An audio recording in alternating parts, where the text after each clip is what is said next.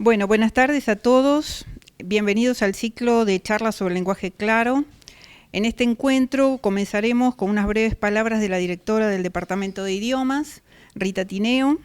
Luego escucharemos la exposición de la doctora Silvia Lorelei Bianco sobre el lenguaje claro y la justicia de la Ciudad de Buenos Aires.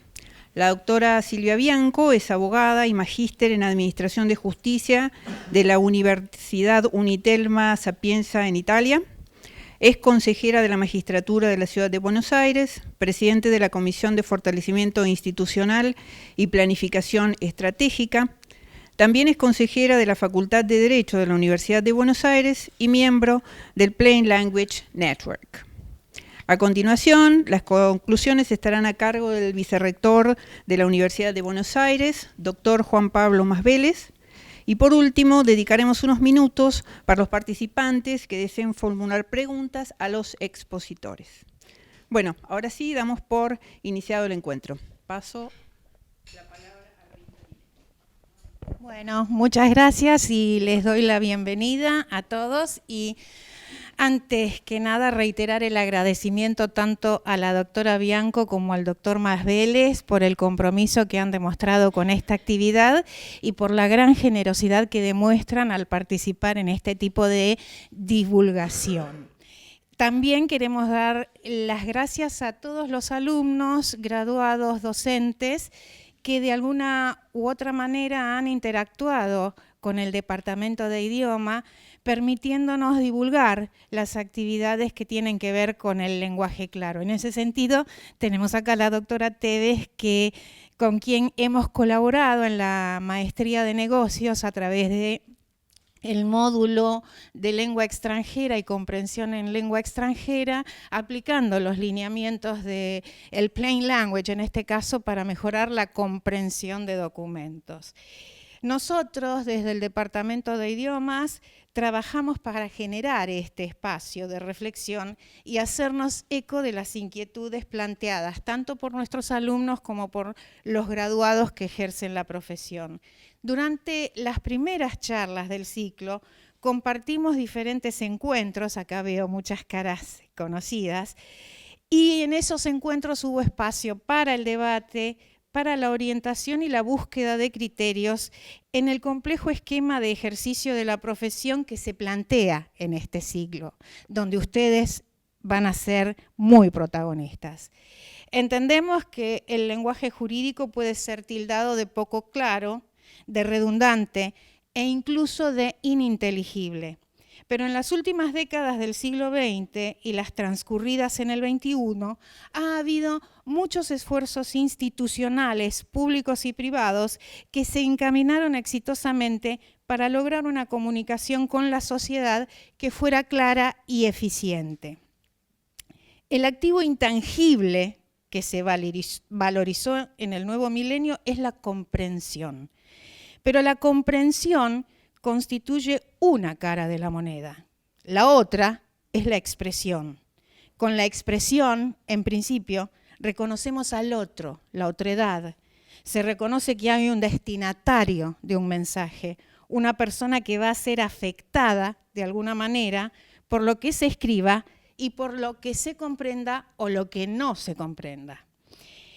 A través de los programas desarrollados a nivel mundial e implementados y probados, tanto en Australia, en Suecia, en Canadá, en Estados Unidos, en Italia, en México, en Perú, en Colombia, se ha probado que el lenguaje claro, como lo denominan, el plain language, el lenguaje claro, el lenguaje ciudadano, el lenguaje llano, permite el acercamiento al ciudadano, al consumidor o al usuario, evita, en cierto modo, la discrecionalidad que a veces surge cuando algún párrafo es susceptible de ser interpretado de maneras diferentes, un lujo que en los espacios jurídicos no se pueden dar. Y en términos generales, este tipo de políticas de lenguaje permite el acceso a la justicia, la transparencia en los actos de gobierno y la precisión en la redacción de normas.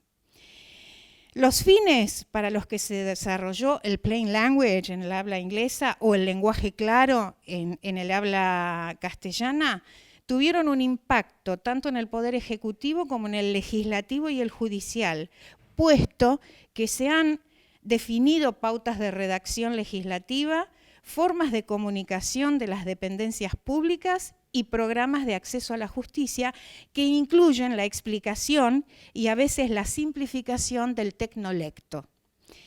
Vemos con alegría que en nuestro país, tal como nos va a hablar la doctora Bianco en breve, ya hay iniciativas institucionales para el desarrollo de un lenguaje que reúna las cualidades de claridad, concisión y precisión. En este sentido, nosotros como departamento creemos que es importante cumplir institucionalmente el rol de divulgadores de este lenguaje y generar iniciativas de capacitación tanto en grado como en posgrado y en extensión universitaria para atender las distintas necesidades de nuestra comunidad académica y de nuestra comunidad en general.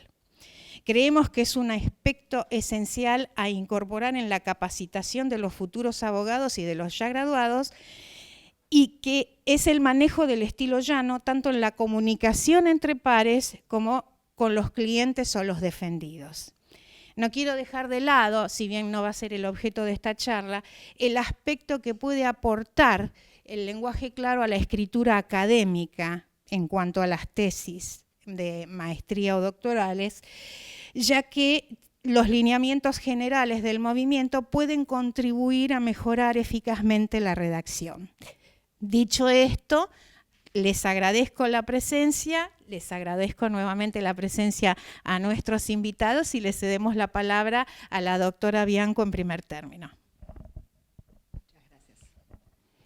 Bueno, buenas tardes. En principio les voy a contar, para hacer más descontracturadas la charla, que este micrófono no es para que ustedes nos escuchen mejor, sino para que la grabación salga mejor, porque deben de estar pensando, no anda el micrófono, pero no, sí, el micrófono anda para el audio. Bueno, yo le voy a pedir la computadora a Silvia. Les voy a contar más que nada la experiencia del lenguaje claro en lo que es la justicia de la ciudad de Buenos Aires, dentro del Consejo de la Magistratura de la Cava. A raíz de una encuesta que se hizo en el 2012, donde se obtuvieron diferentes resultados, se creó un programa que se llama Equidad Territorial. ¿Y por qué creció esto? Porque nos encontrábamos con que uno de los primeros resultados que arrojó la encuesta, a ver si me llevo bien con la PC, que había muchas dificultades para comprender el lenguaje utilizado en el ámbito judicial. Siempre cuento la anécdota de una persona que le llegó una cédula de notificación a la casa. Esta persona lo único que entendió de esa cédula, una persona mayor, un hombre de más de 65 años, lo único que entendió de esa cédula fue la palabra autos y vistos. Llegó al estudio jurídico, le estoy hablando hace unos 15, 20 años atrás, llegó al estudio jurídico, muy preocupado, y lo único que sabía decirnos era: doctores, yo nunca tuve auto, nunca tuve registro de conducir, y nos mostraba el papel, y entre risas, y por otro lado decíamos, qué grave, el ciudadano, que es el eje principal de la justicia, donde nos debiera comprender, no nos está entendiendo, y no tenía nada que ver, les juro, esa cédula con la palabra autos y vistos. Cuando la leímos, nos dimos cuenta que su única palabra era la palabra autos, que lo había relacionado con un auto de 4 ruedas, como todos conocemos, y él juraba que nunca había tenido licencia. A partir de ahí dijimos, bueno, esta encuesta vamos a ver qué resultados también arrojó. Como ven, casi el 70% de la gente comprende algo de lo que se le dice, algo de lo que se le habla cuando se le habla de derecho.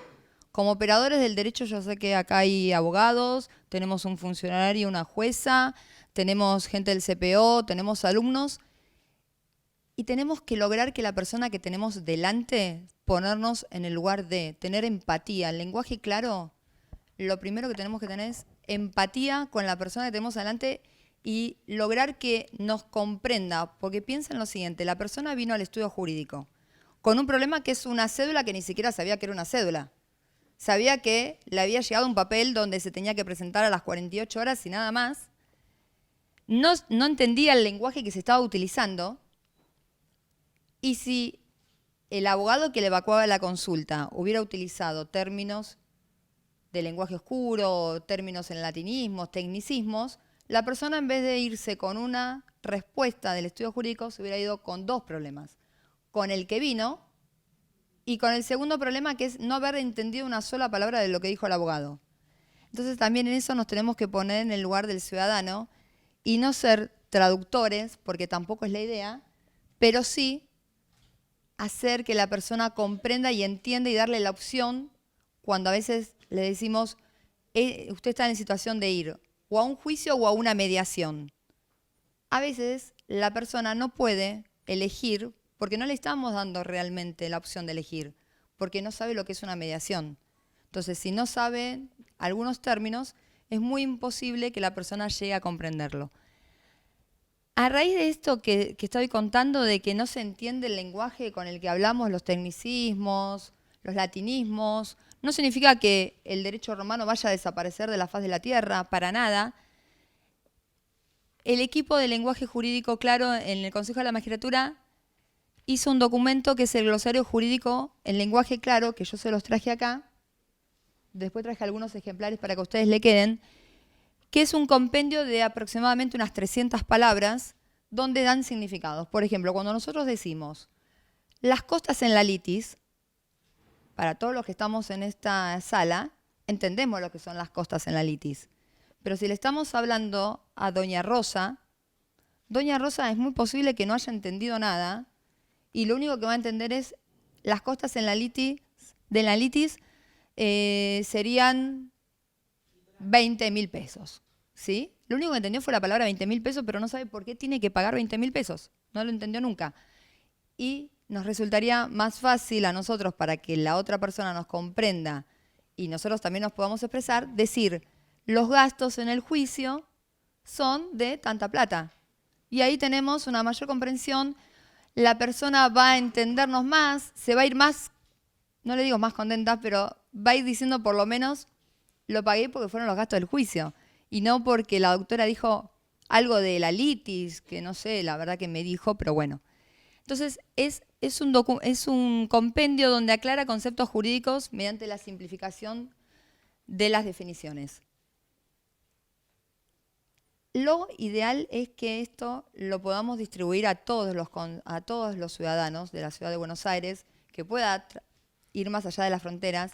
De hecho, acá hay alguien del equipo, que es Saya. Levanta la mano así ya todos. Saya fue parte de este trabajo de 1 año y medio. ¿Sí? Estaba trabajando en el Consejo de la Magistratura. Y bueno, sabe el trabajo arduo que esto llevó, que fue comparar sentencias, fue comparar documentos jurídicos. Y fue un trabajo que se hizo en equipo y no solamente se utilizaron abogados para hacerlo, sino se empleó, se trabajó en equipo con gente que no eran abogados, con estudiantes, como es el caso de Saya, gente del Poder Judicial que no habían pasado por la universidad, con abogados. También se colaboraron jueces, donde nos dieron una mano también con el trabajo. Por eso les decía que se utilizaron diferentes conceptos que se halló en los fallos, hubo reformulaciones individuales de las definiciones del lenguaje claro, pero eso también se hizo en el equipo, que yo le digo que fue muy diverso. Se buscó extractos de diferentes fallos, no solamente de la justicia de la ciudad, sino también de nación, de diferentes lugares, y la puesta en común fue el avance de la corrección grupal de las definiciones y la elección de los extractos de los fallos. Porque se hacían, supongamos, un grupo hacía una definición de la palabra costas y se la pasaba al otro equipo y ahí se iban como debatiendo cuál era la mejor definición que podíamos hacer. Y igual después la vamos a invitar a Saya, que fue parte del equipo, para que nos cuente un poquito más. Me mira con cara de, por favor, no. El segundo resultado que arrojó la encuesta era el bajo nivel de identificación de las dependencias judiciales de la ciudad de Buenos Aires. Es decir, que la gente no sabía que el Poder Judicial le podía brindar algún apoyo, tampoco tenían conocimiento del octavo piso, como nosotros solemos decir, del octavo piso de Talcahuano de la Universidad de Buenos Aires, que es un servicio gratuito. La gente no sabía dónde recurrir y quizás eran los más vulnerables, los que tenían en situación de vulnerabilidad, y eran los que más lo necesitaban y no podían saberlo. Entonces, también ahí se creó un Mapea Justicia, que es nada más y nada menos que una app para tener un app de Juzbaires, que es para buscar en los dispositivos móviles, como tenemos los celulares, las diferentes apps, identificar los servicios de prestación de justicia, los espacios donde se pueden ir a hacer denuncias, donde hay asesoramientos gratuitos, donde se puede ir a buscar información. Esta app está pronta a salir, es el segundo paso del programa de equidad territorial. También va a tener un mapa y un directorio, ¿sí? Que eso va a ser de distribución gratuita en todas las comunas de la Ciudad de Buenos Aires. Y también va a existir un stand institucional itinerante que va a ir por las diferentes plazas, los fines de semana o durante las semanas, y por los diferentes lugares, quizás, o sea, digo, cabildo y juramento, quizás se ponen ahí y empiezan a distribuirlos como para que esto de que tengamos el glosario, sino tenga difusión y la gente lo pueda conocer. El tercer resultado que arrojó la encuesta era el bajo conocimiento sobre la existencia del Poder Judicial de la ciudad. Un 65% de la gente no sabía que existía un Poder Judicial local. No sabía que existía una Constitución de la Ciudad Autónoma de Buenos Aires. Todos conocían la Constitución Nacional, pero no sabían, no tenían ni idea de que estaba la Constitución. Y ahí el equipo lo que hizo fue, tanto Gisela Candarle como todo el equipo de la Secretaría de Políticas Judiciales que trabajó en esto de lenguaje claro. Esto de lenguaje claro a veces suena como al pasar, pero es una política pública de acceso a justicia que es nacional, que se fue trabajando a nivel nacional, se está llevando a las provincias y se está trabajando a nivel local. Se pensó que, bueno, si no conocen la Constitución de la ciudad, algo está fallando, y está fallando desde las raíces, de los chiquitos. Entonces, es la inclusión curricular educativa. Y se hace a través de constituciones, en la primera etapa, constituciones que tienen dibujos de rep, entonces son más dinámicas, más ilustrativas, y son más llevaderas para un niño de 8 o 9 años que recién está entrando en lo que es la educación cívica, en la currícula, y está aprendiendo que quizás, además de existir el preámbulo de la Constitución Nacional, también tenemos la Constitución de la Ciudad Autónoma de Buenos Aires. Acá les traje una definición de Plain Language de qué es el lenguaje claro. Es una comunicación. Está en lenguaje claro si la lengua, la estructura y el diseño son tan claras que el público, la gente al que está destinada, puede encontrar fácilmente lo que necesita, comprender lo que encuentra, que eso es muy importante, y usar esa información. Por eso yo les decía, el glosario, si no comprenden para qué les sirve, no van a poder usar nunca esa información. Entonces es esto, es lengua, estructura y diseño. No es que nos ponemos a escribir y solamente es cómo escribimos, porque también cómo se ve el documento, cómo nosotros llevamos el escrito, eso también es parte, el diseño también es parte del lenguaje claro. El tipo de letra que utilizamos, no es lo mismo usar una letra Arial que usar una cursiva o usar una que tenga sombras, porque no es tan clara a la vista y eso también forma parte de lo que es el diseño. Y acá una distinción importante. Cuando hablamos de lenguaje claro, los destinatarios son la ciudadanía en general. Nos estamos refiriendo a todas las personas. Y no lo tenemos que confundir con lo que es lectura fácil, porque los destinatarios son personas con dificultades de comprensión, con problemas cognitivos. Yo acá les traje un ejemplo. Yo les hablaba recién del glosario jurídico. Es un glosario jurídico, no es que vamos a encontrarnos con 2 o 3. Y acá les traje la Convención sobre los Derechos de las Personas con Discapacidad, que como verán, está adaptada a sistemas pictográficos de comunicación. No puedo, yo lo lamento. Tiene gráficos, ¿sí? Esto es lectura fácil. está orientada a un grupo en especial, que son personas con discapacidad. ¿Podemos leerlo cualquier ciudadano? Sí, pero no lo tenemos que confundir con lenguaje claro. Acá también después se los dejo para el que quiera verlo.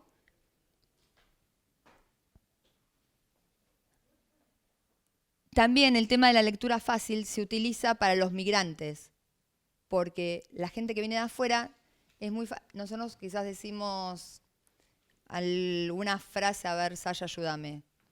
Alguna frase ahora muy modernosa.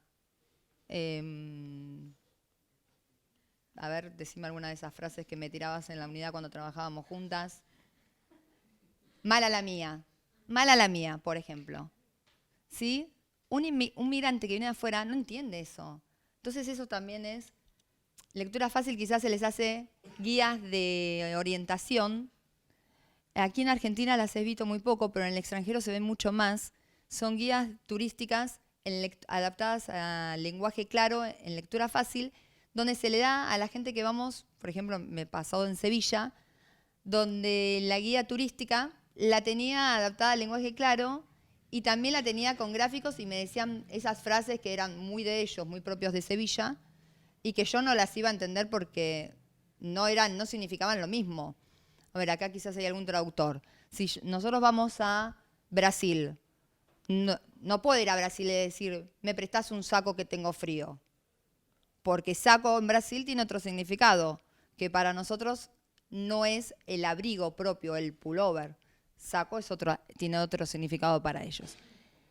Y también en la lectura fácil se utiliza para las personas que no pudieron completar la escolarización básica.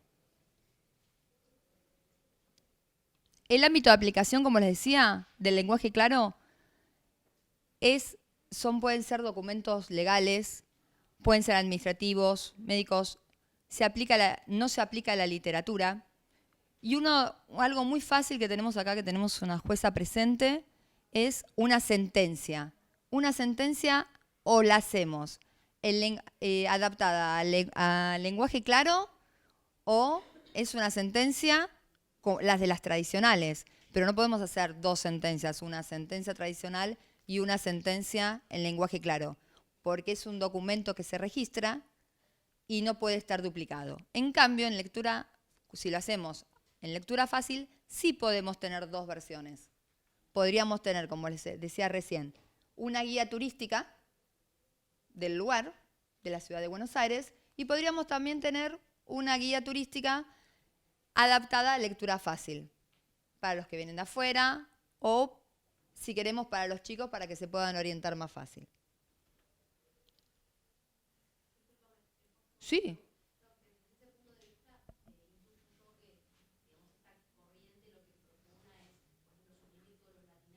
No. El lenguaje claro no es para suprimir ni siquiera los latinazgos, no suprimir, por eso decía en un momento que no queremos borrar de la faz de la tierra el derecho romano, ni tampoco los tecnicismos. Lo que se tenga que utilizar, lo que pedimos, nada más, es que quizás sea explicado en cortas palabras. Por ejemplo, cuando nosotros decimos probation, ¿sí? Quizás explicarlo en 1 o 2 renglones como para que el destinatario de esa sentencia o de ese documento lo pueda comprender.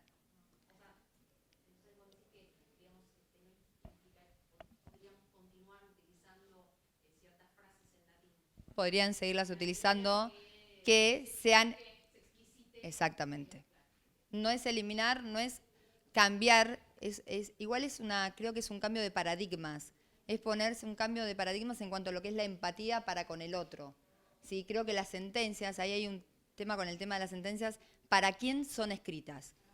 Los jueces, ¿para quién escriben las sentencias? ¿Para el ciudadano que está involucrado en ese juicio? ¿Para los colegas? ¿Para los abogados que la tienen que leer y decirle al cliente lo que le está pasando en su vida jurídica? ¿O para el superior jerárquico? Entonces también estamos ahí en para quién escribimos la sentencia. El lenguaje claro, digamos, a través de todos estos años, lo que intenta es que las sentencias sean lo suficientemente claras en cuanto el lenguaje utilizado, en cuanto que se utilicen los menos latinismos posibles, como para que la persona, si lee la sentencia, la pueda entender, pueda comprender. Hay cosas jurídicas que no las va a entender y que tampoco pueden salir porque son necesarias para que sea una sentencia en sí. Hay un juez en Nación que lo que hace, por ejemplo, es, en vez de poner considerandos, pone considero.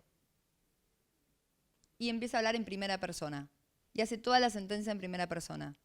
Y después vamos a ver la implementación en la ciudad, pero por ejemplo, en lugar de utilizar la palabra fojas, que todos estamos muy familiarizados, utilizan la palabra hojas. Y es un poquito eso como para que la persona no esté tan perdida. O en lugar de decir esto que decíamos al principio de autos, ¿sí? En vez de decirle a la persona, no, sí, los autos no están en letra. Llama al cliente, los autos no están en letra. A ver, ¿qué pasó? Tengo que hacer la patente nueva. No entendió nada la persona esa.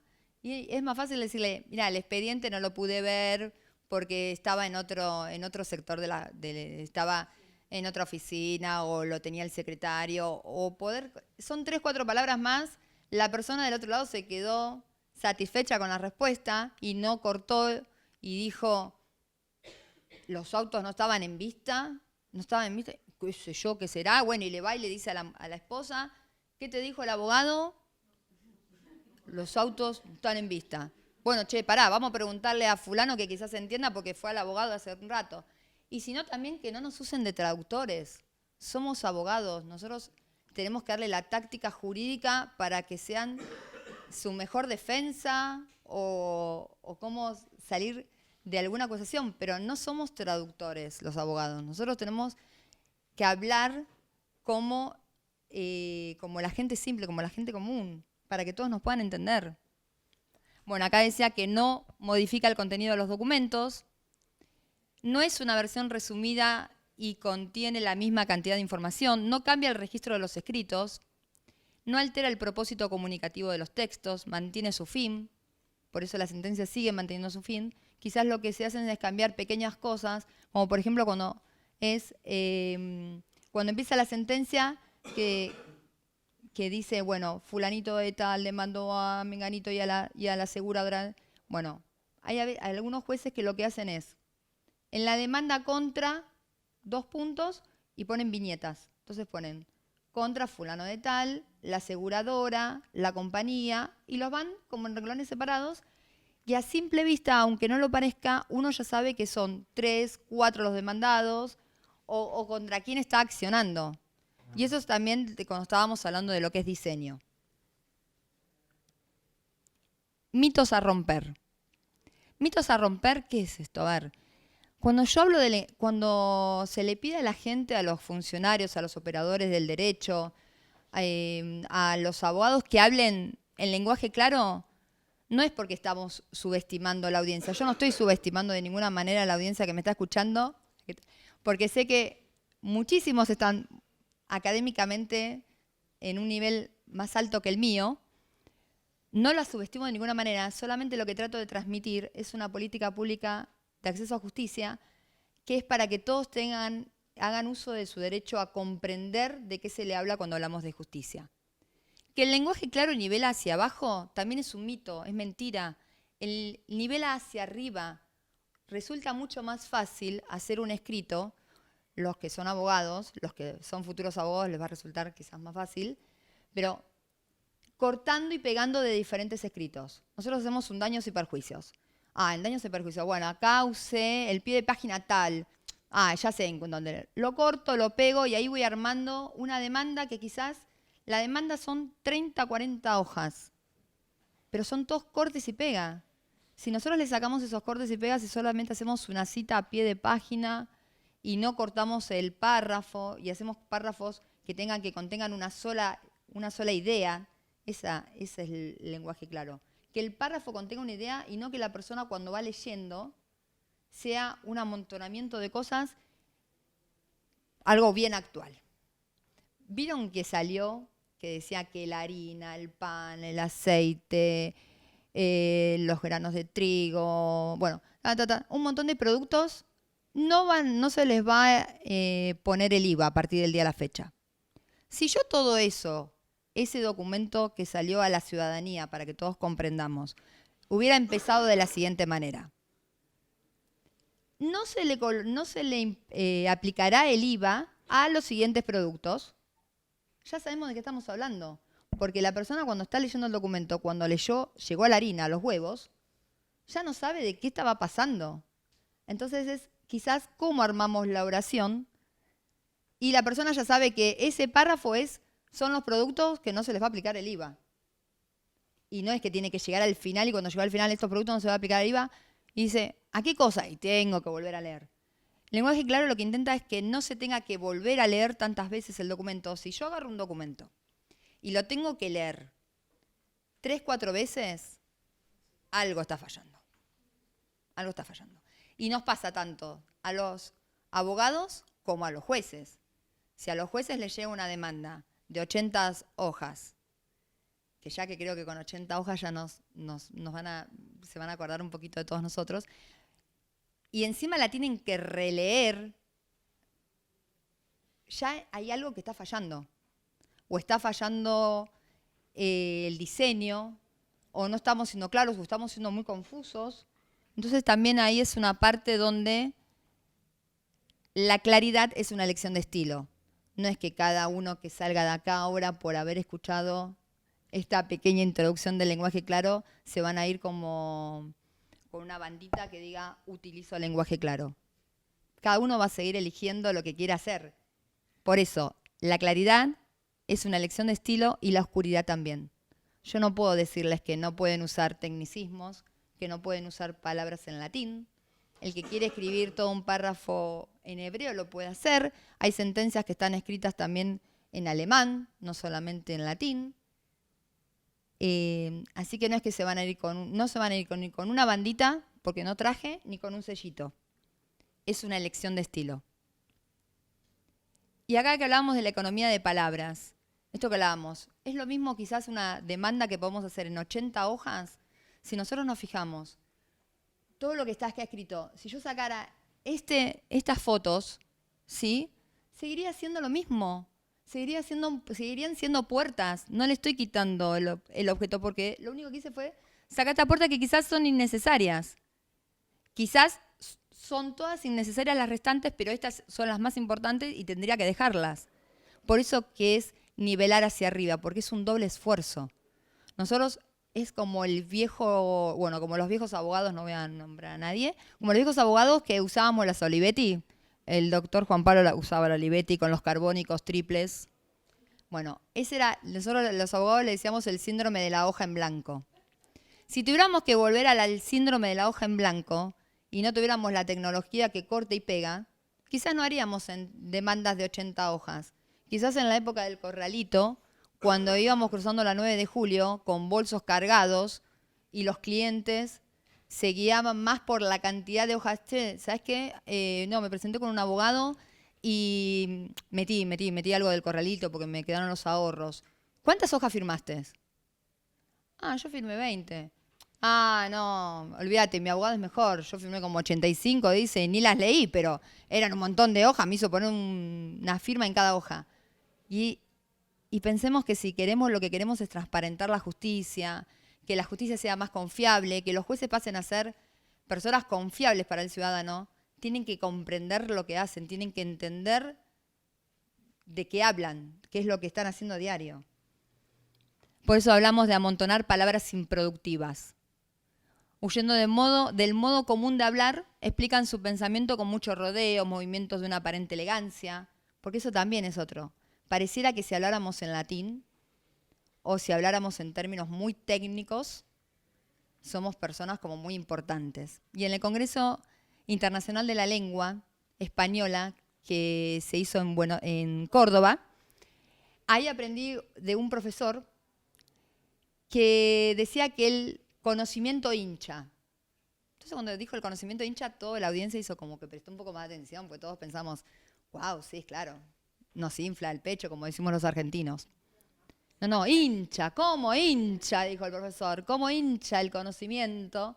Porque a las personas, al común, al justiciable, al ciudadano que le hablemos con tantas palabras difíciles les hincha, pero en el sentido de que hincha, es este abogado, no le estoy entendiendo nada. Piensen, nosotros somos abogados, quizás las palabras en latín y todo eso las entendemos, quizás yo puedo hablar de probation, hablar de mediación, puedo hablar de las costas en la litis, puedo hablar un montón, y todos estamos entendiendo. Pero piensen por un instante cuando vamos al médico. Vamos al médico.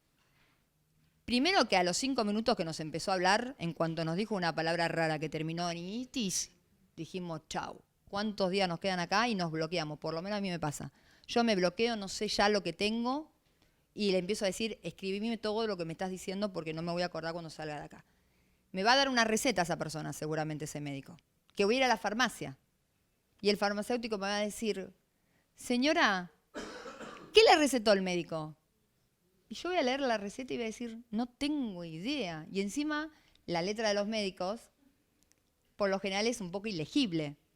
Entonces, esa inseguridad en cuanto a lo que es de salud, imagínense en cuanto a lo que es un justiciable, un ciudadano que no sabe si el papel que le llegó a la casa, que se lo dejaron pegado con un poco de cinta scotch, porque pobre hombre se levantó y él lo encontró en el piso o pegado en la puerta, dijo, a ver, lo leyó y no sabe si tiene que empacar porque va preso mañana o heredó una herencia terrible y le está diciendo a la mujer, vamos a dejá todo así como está, que nos mudamos a un castillo. Entonces tenemos que ponernos en el lugar de, por eso les decía que es empatizar con el otro en el lenguaje claro. El lenguaje claro también lo que tiene es de humanizar la justicia. Y la humanizamos en cuanto hacemos que todos hagan uso de sus derechos y sus obligaciones, y el principal derecho, que es el derecho a comprender. Juntar y mezclar palabras con otras semejantes. Y hay otros que se esfuerzan por no ser entendidos. Y está bien, porque es una elección, como les decía antes. Y es la elección de la escolaridad como estilo. No es una dolencia de ahora el incurrir en semejante vicio. Ya en antaño había una persona, un profesor, que decía, tanto mejor, leía los exámenes y decía, tanto mejor, ni aún yo lo entiendo, 10. No, a ver, tratemos de entender lo que están poniendo. Pero como esto es un principio de aquella grande alabanza de tanto mejor, ni aún yo lo entiendo, es una lección. Nosotros no podemos hacer nada los que pregonamos el lenguaje claro. Y a mí me gusta más la propuesta de Marco Quintiliano, que es donde dice, yo tengo por principal virtud la claridad, la propiedad de las palabras, el buen orden. Para escribir en buen orden, primero tengo que tener en orden las ideas en la cabeza. Una vez que tengo bien las ideas en la cabeza, esto de la hoja en blanco, ahí empezar a hacer el esquema, empezar a diseñar, a programar. Todo eso, una vez que lo tengo claro, recién me puedo sentar y empezar a escribir. Creo que tendríamos que hacer de cuenta que volvemos a tener la Olivetti con los 3 carbónicos y que si nos confundimos, tenemos que sacar todo de la Olivetti y empezarlo a triturar y se nos va 1 hora o 2 horas de trabajo. Entonces tengo por principal virtud la claridad, la propiedad de las palabras, el buen orden, el ser medido en las oraciones y por último, que ni falte ni sobre nada. Y eso es muy importante. Cuando nosotros en un párrafo podemos quitar una parte, yo se los hago así, ¿no? A ver si me sale. Si yo lo hiciera así, seguimos leyendo la idea, ¿sí? Ahora, si yo les corto los dos, bueno, no me sale. Pero si yo cortara así, mirá, ahí está Juan Pablo, mirá. Ser medido en las oraciones, ustedes no sabrían de lo que estoy diciendo, entonces no lo puedo quitar. Y de este modo el razonamiento será de la aprobación de los sabios e inteligible para los ignorantes. Implementación jurisdiccional en la ciudad de Buenos Aires. La están implementando hace 3 años los juzgados penal, contravencional y de falta número 10 y 13, que ya comenzaron a redactar sus sentencias y escritos en lenguaje claro. Son los juzgados de la autora Lorena Tula de Moral y Pablo Casas. Ejemplos, esto de que en los expedientes ya no ponen más la palabra fojas, ponen hojas. Otro ejemplo es en la forma en que redactan las sentencias. Quizás hasta ponen gráficos para que la gente entienda lo que se están haciendo. Tula de Moral hace 2 años atrás se dio cuenta que las cédulas de notificación la gente no entendía nada.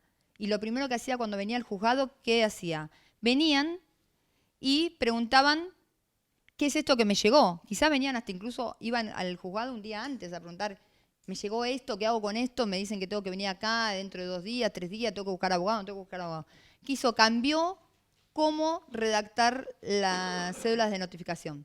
Tras un año de buenas prácticas, que es lo que nosotros llamamos buenas prácticas, hace menos de 10 días llegaron a la conclusión que en el último año el 100% de las personas que les llegó una cédula en lenguaje claro comprendía para qué estaban siendo citadas al juzgado. Comprendían para qué estaban siendo citadas, qué era lo que iba a ocurrir en esa audiencia, quién era el que lo citaba, y lo único que cambió fue algunas palabras y el diseño para que la gente lo pudiera encontrar. Ellos están convencidos, y cuando hablo de ellos, hablo porque es el equipo el que tiene que estar convencido de hablar en lenguaje claro. Que el juez quiera hablar en lenguaje claro, es esto como yo les digo ahora de que les quisiera imponer a cada uno de los que vinieron que empiecen ya a hablar en lenguaje claro o a redactar en lenguaje claro, y tampoco es posible porque lo que yo estoy haciendo es una pequeña introducción como funcionaria pública, no lo estoy haciendo ni siquiera como lingüista, así que no lo podría exigir. Pero es una pequeña introducción para que ustedes comprendan que si pasamos a humanizar la justicia, ¿qué es humanizar la justicia? En el momento que empiezan a hacer la sentencia y empiezan a tener, en el momento de sentarse el juez a hacer la sentencia, si tuvo contacto con las partes, ya es otra cosa, porque no es que está pensando en el expediente, en un número frío, en un expediente frío, en algo que es un número, nada más, sino hasta se puede acordar de las personas que estuvieron, qué fue lo que esa persona le manifestó, qué fue lo que esa persona entendió, qué fue lo que estaba pasando a su alrededor y por qué llegó a eso. Y si también tuvo la posibilidad de elegir cuando el abogado le dijo mediación o juicio, o si tuvo la posibilidad de elegir si iba a un probation o no. Entonces, en ese momento es humanizarla, porque le estamos poniendo rostro a la justicia.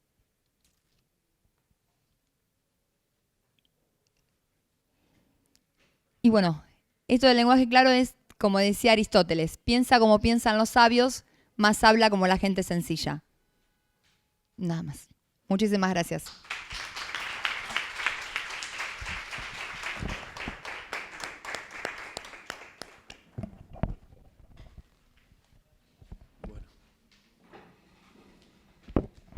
¿Qué tal? Bueno, yo no tengo filminas y además, tengo la costumbre de dar clase como acá en la facultad.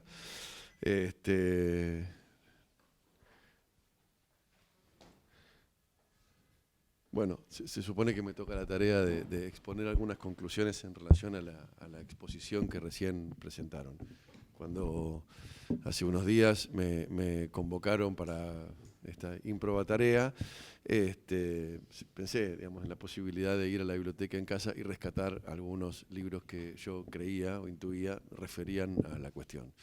Bueno, agradezco no haber tenido tiempo de hacerlo, en parte. Hoy a la mañana sí fue una decisión, porque ya plenamente consciente de que tenían los plazos totalmente vencidos, pensé seriamente a las 7 de la mañana en la posibilidad de ir a buscar lenguaje y derecho de Carrió, pero desistí y dije, voy a cumplir legítimamente con mi trabajo y voy a sujetarme a lo dicho. Igual no puedo evitar como primera remisión una consideración de semejante obra, ¿no? Bueno, por lo menos para mí, fue uno de esos encuentros únicos, casi amorosos, que uno tiene con la bibliografía en la Facultad de Derecho. No es mucho lo que encontramos en los anaqueles en los primeros tiempos de estudiantes que nos interpele de la manera en que nos interpela ese libro de Carrió. En él, hace ya muchísimos años, porque es un libro de la década del 70, principios de los 80, él sostenía que si nosotros queremos conseguir altos niveles de acatamiento a las leyes que dictamos, lo que tenemos que hacer es elaborar un lenguaje que sea el del común. Este comentario está en el artículo inmediato anterior a aquel en el que dice que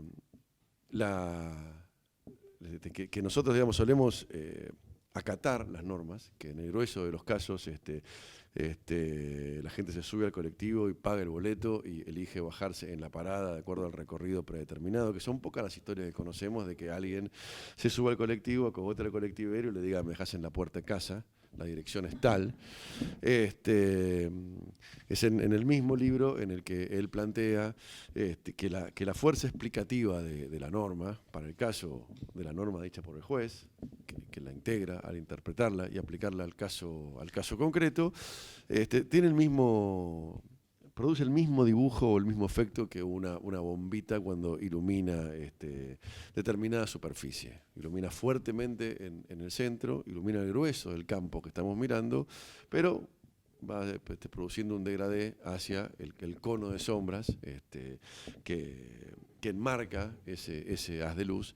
Y en ese cono de sombras es donde por lo general se producen las cosas que a nosotros más nos interesan. Ahora, vista la superficie, es en la menor porción de superficie, ahí donde la ley no alcanza a explicar con nitidez las conductas, no alcanza a ordenarlas plenamente, ahí donde se subió uno al colectivo, lo agarró del cuello del colectivero y le dijo, me vas a llevar a la puerta de mi casa, donde nosotros empezamos a desarrollar nuestro interés académico, nuestro interés profesional, no importa de qué lado del mostrador judicial trabajemos. Eso por una primera cuestión, porque nosotros tendemos a pensar la aplicación de la norma por el accidente y no por la normalidad del acatamiento voluntario, que pareciera ser, en el grueso de los casos, la conducta de casi todos los argentinos. Tendremos una tasa menor de acatamiento y respeto voluntario de la ley que otros países, pero sin embargo, Carrió sostiene, sigue siendo mayoritario el acatamiento voluntario que la excepción de la violación lisa y llana o la zona que es claramente entre los abogados y juristas la más interesante, que es en donde la norma se vuelve opinable, y la falta de cumplimiento o acatamiento es en algún punto alegable. Tomaba algunas notas, ese primer recuerdo al libro de Carrió, venía acompañado por otro recuerdo de otro gran libro de la facultad, creo que el que más traducciones a otros idiomas obtuvo, creo que cerca de 40, que es Sistemas Normativos. Entonces, todo intento por mejorar la legitimidad de la intervención judicial, los grados de acatamiento voluntario de la ley, las percepciones colectivas en relación a la bondad del dispositivo en su conjunto, normas y funcionarios aplicándola y resolviendo casos concretos, tiene que hacerse preservando aquellas cuestiones que creo que a lo largo de largas décadas hemos rescatado por buenas de nuestro sistema, merecedor de duras críticas, pero en algunos puntos necesitado de defensas, porque eventualmente algunas de esos lugares de certeza que creo podíamos defender hace unas décadas, hoy quizás sean cuestionados, y no por actitudes aviesas o malintencionadas, de que dice, bueno, yo voy a desmontar este dispositivo, sino porque los cambios contextuales eventualmente hacen mucho más difícil aplicar soluciones que en el pasado parecían de más simple implementación. Cuando me refiero a esto, me refiero a que más allá de la terminología que nosotros usemos, hay algún nivel de exigencia de que el lenguaje que nosotros utilizamos a la hora de plantear un asunto ante un tribunal o ante una agencia administrativa o incluso en una negociación bilateral sin ninguna instancia pública que la medie, tiene que ser, como reclamaban los autores, Buliguín y Auchurrión, posible de ser discutido en términos de verdad. Los conectores lógicos utilizados y la estructura del lenguaje tiene que ser pasible de ser discutida en términos de el razonamiento es válido o es inválido, el razonamiento merece ser postulado como verdadero o puede ser tachado por falso porque su estructura lógica no se corresponde con esta exigencia. Otra disciplina normativa, pariente de la nuestra, no siempre debidamente considerada, pero indispensable para evitar el sofisma, para evitar varios los distintos tipos de fraude con el uso del lenguaje que uno puede enfrentar. Una segunda dimensión, también autores emparentados a estos, es la que nos ha llevado largas horas de discusión en la Facultad de Derecho a lo largo de los últimos 30 años. Esa discusión que sostenían, y podríamos ejemplificar en uno de los extremos, Nino, diciendo la norma tiene que dejarlo al juez o al funcionario sin ningún margen de interpretación como ideal. Solo tiene que tener una respuesta interpretativa y la directiva tiene que ser terminante y clara. En el otro extremo, Alexi, que dice, en definitiva, el ordenamiento jurídico es un conjunto de principios que orientan la actitud, la decisión de quien está llamado a tomarla, de quien está llamado a evaluar la cuestión, y es en esta trama abierta en donde va a ser la sabiduría y la discreción del funcionario, juez para el caso, la que nos va a dar una solución que pretendemos sea justa. En el interín, como decía, nos hemos gastado varios bosques completos escribiendo sobre la cuestión. Pareciera que la intuición más acertada es aquella que nos invita a buscar algún punto entre las posiciones, pero en un tiempo en el cual los sistemas de principios orientadores al estilo de los postulados y validados por Alexi parecieran ser la norma con la que nosotros estamos construyendo nuestro sistema normativo, el que siempre esté ahí como recordatorio la palabra de Nino, me parece que hoy podríamos decir de las soluciones posibles, parece la más afortunada y necesaria, ¿no?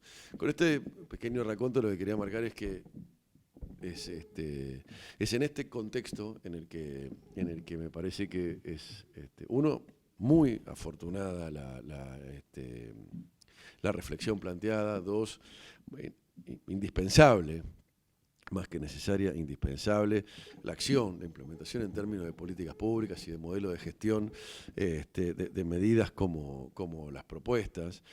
Pensando el mismo problema desde otra perspectiva, recordaba mientras la escuchaba Silvia, el capítulo 1, 2 creo, del Tratado de Vidar, cuando hablaba del problema de la vigencia y la validez de las normas, ¿no? Entonces ahí ponía al lenguaje, como dicen los lingüistas, en un determinado contexto, como producto cultural. No opera en el vacío, no es solo, como pensaban algunos clásicos, un conjunto de conectores lógicos que eventualmente se puede aplicar en cualquier contexto, sino que los lenguajes que nosotros utilizamos solo son plenamente comprensibles en el contexto cultural en el cual se hacen intercambios con ese lenguaje, ¿no? Entonces ahí decía Vidal, recordando a Goldsmith, bueno, no hay norma que consiga altos niveles de acatamiento voluntario si no toma en cuenta las pautas culturales del lugar en el que, o sociales o económicas del lugar en el que se va a implementar. Hay una película de Woody Allen, vieja, muy vieja, solo unos pocos de nosotros la debemos haber visto, quizá vos sí, que se llama Bananas. En esa película, en un momento, en un cambio radical del orden del gobierno, el señor que lo ejerce, con una actitud bastante autoritaria, vemos varios personajes de ese tipo, sale al balcón y dice, a partir de mañana el calzoncillo por afuera del pantalón. Y el absurdo de la situación es la expresión cinematográfica de ese recordatorio que nos hacía Vidal. Intentá establecer normas que vayan a contrapelo, a contramano de la cultura en la que las querés poner a funcionar, y lo que vas a conseguir es rápidamente muy altas tasas de incumplimiento. Otra perspectiva también, ya más puramente, puramente sociológica, que me parecía valía la pena tomar en cuenta, y que tenía que ver con eso que decía Silvia, de que en definitiva nosotros sabemos que hay vocabulario técnico admisible y necesario. Recordamos que en nuestros libros de Derecho gastábamos por lo menos 2 capítulos, uno, sino 2, a veces 3 capítulos en esa introducción, que era la cuestión terminológica. Vamos a ponernos de acuerdo en aquello de lo que vamos a hablar. Y de un libro de 20 capítulos, quizá de menos, de 14, 2, 3, capaz que 4, era pongámonos de acuerdo en cómo vamos a llamar a las cosas. Recordando siempre que el nombre que le damos no es la cosa, sino que se refiere a la cosa, y evitando uno de los defectos más grandes que tiene nuestro trabajo, especialmente el académico, pero indiscutiblemente el profesional, que es la reificación de los conceptos y la naturalización de los institutos, dando por un hecho de la naturaleza, como si fuera la ley de gravedad, el que tengamos determinados arreglos en materia comercial o en materia civil, etcétera. Bueno, quería entonces rescatar el trabajo de un egresado de esta universidad, no de la Facultad de Derecho, de su colegio secundario y de las facultades sociales, se llama Kessler. Él escribe un libro muy interesante, se llama Jóvenes y Delito.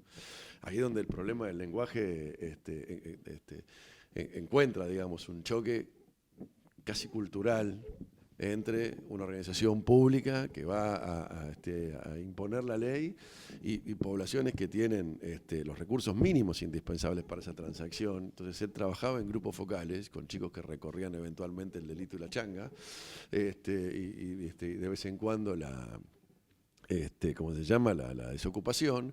Entonces les preguntaba sobre su percepción de la policía, ¿qué es? Y para nosotros, si lo preguntamos acá, la respuesta sería, bueno, es la manifestación de la ley, es una organización pública encargada de aplicar la ley, y la percepción es otra banda, como la nuestra, pero más rica, más poderosa, tienen auto, tienen teléfono celular, tienen fierros más grandes, pero en ningún caso aparecía, en el trabajo que Kessler hacía, esto como manifestación de la ley, digamos, del brazo de la ley penal o del orden público, o de alguna de las dimensiones que nosotros hubiéramos puesto como primeras. Entonces ahí el problema es que la cuestión terminológica eventualmente la habremos resuelto entre nosotros, los abogados, los jueces, los profesores de derecho, pero en muchos casos no la resolvimos con ellos, los que son sujetos de derecho y que están sometidos a procesos, lo que son objeto, para el caso, y es correcto, de la resolución judicial. Y eso en un mundo en el cual, y otra vez apelando a la memoria, algunas cosas de manera imperceptible fueron cambiando hasta producir un orden completamente distinto del anterior. No sé, si nosotros tuviéramos la posibilidad, debe ser aburridísima la historia, pero la posibilidad de mirar noticieros de hace 40 años, en los primeros años de la vuelta a la democracia, era muy raro que alguien se parara delante del micrófono a no decir algo como: yo estoy esperando que el juez me diga cuál es mi derecho, yo estoy esperando que el juez me diga cuál es la ley. Hoy, los discursos políticos basados en derechos, el discurso en el que dice yo tengo derecho, el juez no lo entiende, no lo interpreta, no lo comprende, el reclamo de la apertura de la instancia jurisdiccional o administrativa, ya no en términos de recibir una respuesta como plantea Katarina Smulovitz satisfactoria a la pretensión, sino solo en términos de legitimar el reclamo, en la medida si lo discuten, aunque me lo resuelvan en contra, algo relevante tiene. Y eventualmente en esto yo me constituyo como actor individual, como actor colectivo. En ese contexto, son otros, digamos, los que reclaman hoy la posibilidad de participar de nuestras discusiones, cosa que eventualmente antes se delegaba con mayor mansedumbre, podemos decir, es un término correcto, en el abogado. Entonces yo esperaba que el juez o el abogado me dijeran lo mío, el lenguaje de ellos, puesto yo en la condición del otro, del cliente, digamos. El lenguaje de ellos es esotérico, pero yo no me pregunto, digamos, porque tampoco defiendo mi caso en términos de yo tengo derecho, y eventualmente lo tendré si me lo dan, y si no, no, pero mi acción comunicacional, mi acción política no está en el sentido de reclamar, ser yo el que tiene la capacidad de hacer una lectura de aquello que de la norma y decir, entonces yo tengo derecho. Hoy no son pocos los amigos nuestros que ejercen la profesión y que se fastidian con la posibilidad que tiene el cliente, y en muchos casos con algunos, digamos, sin entrar en situaciones radicales de conflicto, de hacerle el seguimiento del expediente. Solo en el punto de, escuchame, me estuve fijando en internet, hace 4 días que no vas, o cosas por el estilo. Pero digo, me parece que ese chiste o anécdota tiene es solo un mínimo emergente de una diferencia de actitud que me parece que plantea un clima de época completamente distinto al que nos está costando adecuarnos, al que tenemos que adecuarnos, porque toda vez que una organización con un lenguaje propio altamente esotérico y complejo, que organiza sus transacciones en eso y se legitima por eso, pierde preocupación por la legitimación, deja de ser una tecnocracia meritocrática como la que nosotros pretendemos ser, y pasa a ser una burocracia. Y eso, para mí, es parte de las explicaciones de por qué hoy nosotros tenemos tasas de desencanto con el Poder Judicial, que en las últimas encuestas de las que dispone la Corte y que presentó el presidente en la apertura del año judicial, rondan el 90%. Entonces, en ese contexto de reclamo de participación, ¿no?, interpelados como estamos, deberemos empezar a pensar en no solo cómo nos dirigimos al tribunal y cómo el tribunal nos contesta, sino cuáles van a ser las razones válidas para que el tribunal nos conteste. Los ingleses encontraron en la justicia de equity la posibilidad de que algunos temas se resuelvan, ya no por digamos, buscando una deducción del derecho aplicable a un conjunto de hechos medianamente acreditados en razón de la prueba del expediente, sino a razones de sentido común, que se ventilan en el tribunal. ¿Es esa la salida? ¿Es el jurado que hace una segunda lectura de los argumentos técnicamente presentados, pero que genera, como dice Rosambalón, un mecanismo de participación ciudadana contrademocrático en la decisión judicial? Es indispensable que nosotros nos repensemos nuestra intervención, relegitimemos el margen de acción que nos toque y le devolvamos al conjunto de los ciudadanos discusiones en términos tales que les sean asequibles y, por sobre todas las cosas, en un futuro próximo, apropiables. Esto va a ser posible en la medida en que pensemos en este conjunto de problemas y vayamos articulando modificaciones en cada una de las dimensiones planteadas y en otras que seguramente se me escapan en este simple y provisional resumen. Pero me parece que es una tarea gigantesca, muy necesaria, seguramente una cuenta pendiente de la construcción de ciudadanía democrática que nosotros iniciamos ya hace 40 años, y uno de los desafíos más atractivos que puede enfrentar esta facultad. Aquel que nos puede reconciliar a nosotros, los juristas, los abogados, los estudiosos del derecho, los jueces, los funcionarios públicos que aplican las normas, con la ciudadanía para la cual la aplican, ¿no? Y que en unos años la tasa sea del 90%, porque haya habido una experiencia, digamos, de comprensión y también de apropiación del sistema de resolución de conflictos que tan caro nos sale a los argentinos.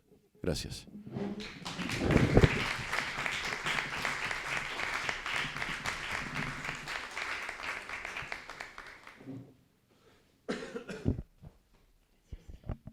Bueno, este sería el momento que pensábamos dedicar a las preguntas. Si hay alguien que tiene alguna inquietud, sí.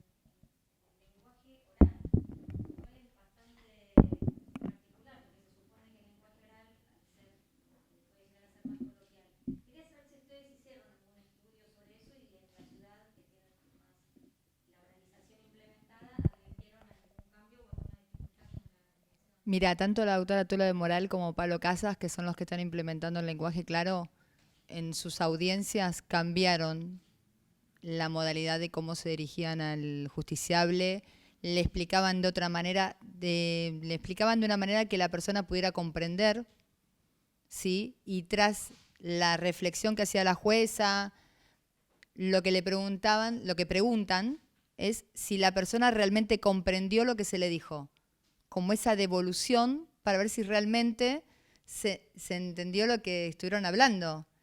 Y otra de las modalidades que también es una práctica que quizás no es tanto de lenguaje claro, pero sí es más de gobierno abierto, más de ver lo que está pasando en el juzgado, lo que hace en el juzgado es ponerse carteles donde dice ese escribiente, el juez, el defensor, el fiscal.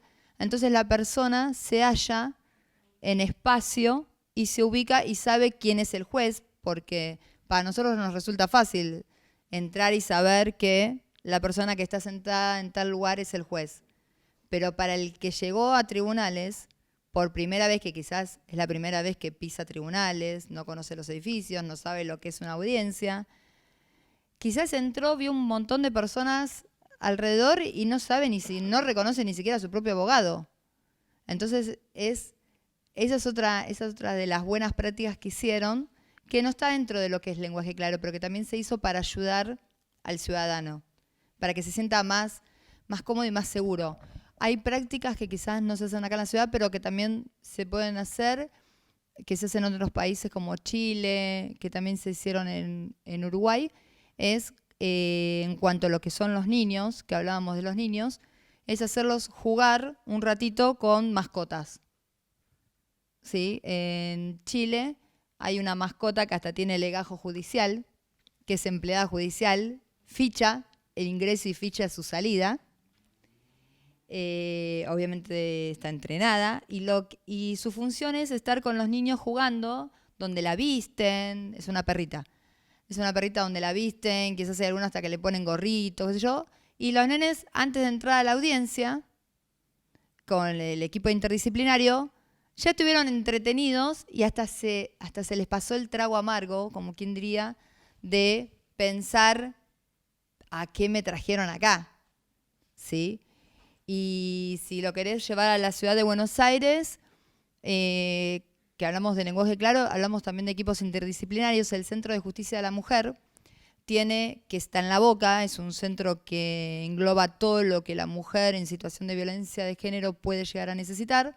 Tiene un sector que es una jugoteca, donde mientras la mamá está contando lo que le pasó al abogado, o se lo está contando a la asistente social, a la psicóloga, los niños se quedan con personal capacitado, jugando en un sector separados y no vivenciando o reviviendo lo que les pasó en ese momento en la casa.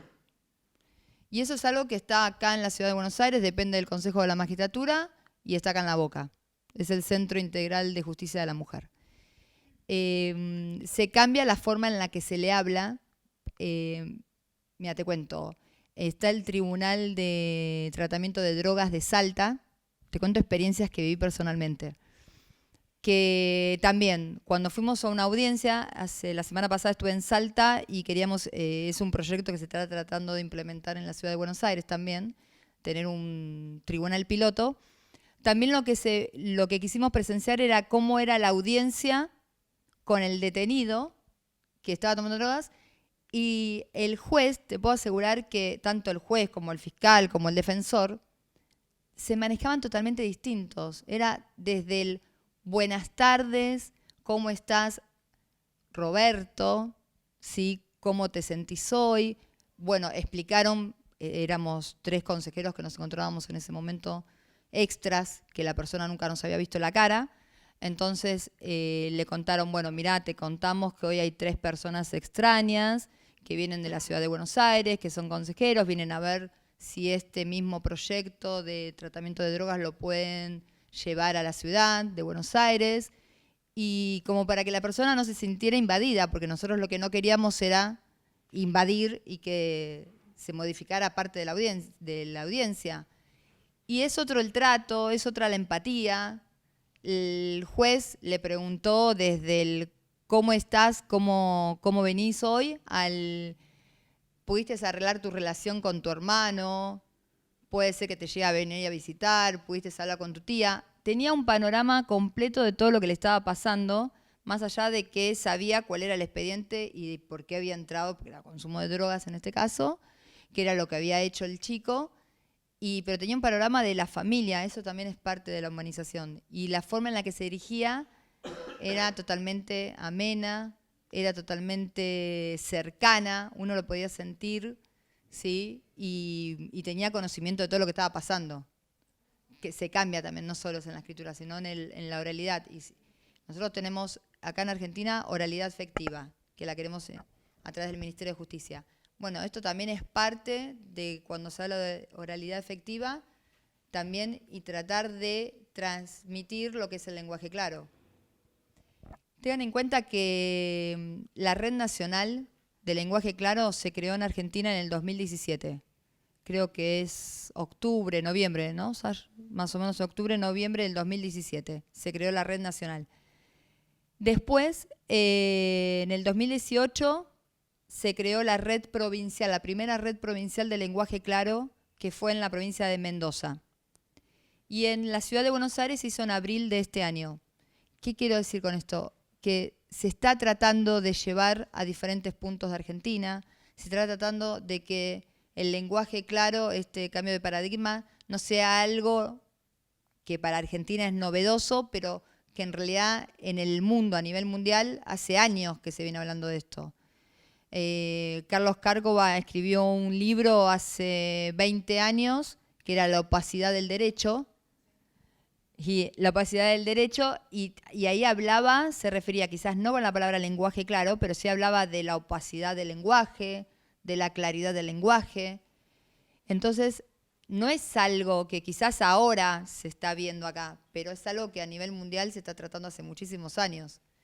Y todo es un cambio, por eso hablamos de cambio de paradigma, porque es un cambio total. Entonces, cuando hablamos también de la red, de las redes estas que se están creando, se crean no solamente con la justicia, sino es el poder ejecutivo, el poder legislativo y el poder judicial. En el caso de la Ciudad de Buenos Aires, la iniciativa salió del Consejo de la Magistratura, pero son parte el Ejecutivo, porque queremos que también todo lo que baje del Ejecutivo baje en un lenguaje en el que el ciudadano lo pueda entender. Este ejemplo que les daba hoy del IVA, si se implementa o se le aplica o no se le aplica, la forma en cómo se le transmite el mensaje. Y después, en cuanto a lo que es el legislativo, las leyes son conocidas por todos los ciudadanos.